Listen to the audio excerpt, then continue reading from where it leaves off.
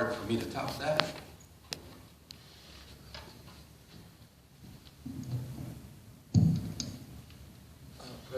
President, is there any restriction on what I say? Mr. Dankler? This is public portion, sir. Oh, thank you. Okay. Ms. Selly, I put the drink outside, okay? So we're good to go? Thank you.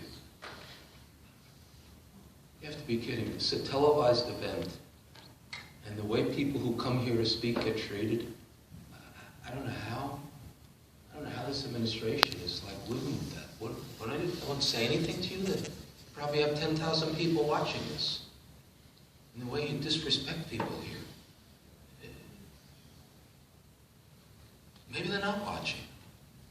Can I get a 1-minute warning? Sure. Thank you very much. After a meeting, typical, Chief Roebuck threatens people. He threatened me in the back of the meeting. It was on camera. Told me to stay out of Long Branch. He was going to arrest me. He didn't like what I was talking about. I approached him as a press person and said, "Can I ask you a question?" He said, "Yes."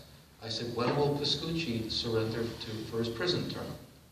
"Get out of here, Rob. I'm going to arrest you. Don't come back." Okay. Right?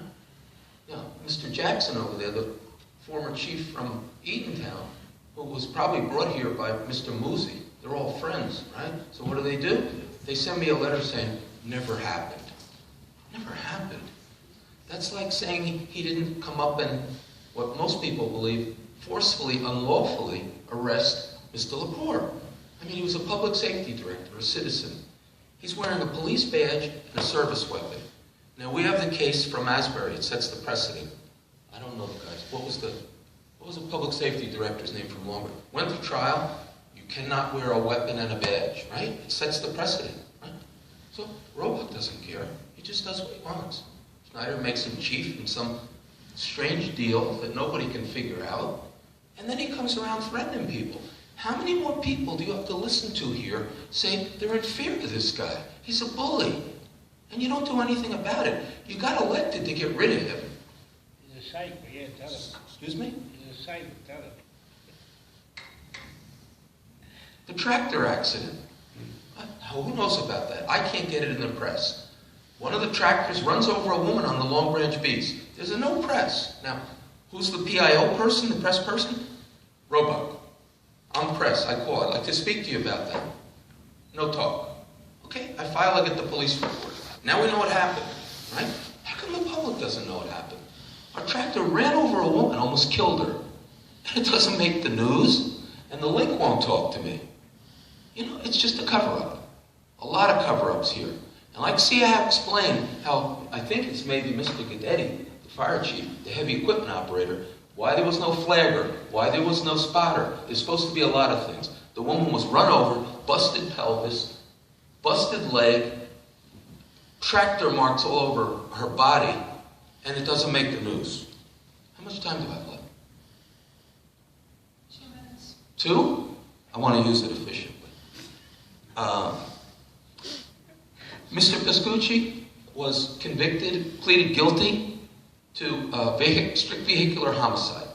Right? He ran over a state trooper's aunt crossing from the Ocean Place to get some bandages for her husband. Killed her with a drinking fireman. They had been in 3 places documented before, ordered drinks to go, killed her dead, right? Pleaded guilty in Middlesex on a conflict, right? And guess what? He still hasn't been to jail. He still hasn't given up his driver's license. And to make matters worse, he's driving Joyce Jr., another drunk cop, thankfully that's gone, driving his landscaping trucks around. So now we got drunk landscapers, ex-cops, drunk killers, ex-cops, and nobody's stopping them. And the board wants to keep opening up more bars. That's just what we need. You ought to close Jack's, take their liquor license, because that place is a danger zone. Joyce Jr., what? 1 minute, thank you. Joyce Jr., I'm not going to go there. Everybody knows, and what was witnessed, it was a sexual assault on a very prestigious Long Branch police family on their daughter. And nothing's happening. Nothing. There's pressure on the family. Don't sue, don't. Okay, look. Everybody knows what happened in Jack's. Omar Akil, Long Branch police officer, gets drunk at Johnny Mac's, drives hits a telephone pole on Branchport, right? 2 hours later, he's given a breathalyzer test after they worked him over here to make him have a lower alcohol thing. Goes to Tinton Falls on a conflict, and the prosecutor, Sean Keene, assemblyman, tells the judge, oh, he just finished a long shift at the Long Branch Police Department. He was tired, Your Honor. He wasn't drunk. Really? How about we all saw him in Johnny Mac's, and how about he admitted it in a report? Right? You don't think that's a fix? Is that my time? Thank you, sir. I really enjoyed this week.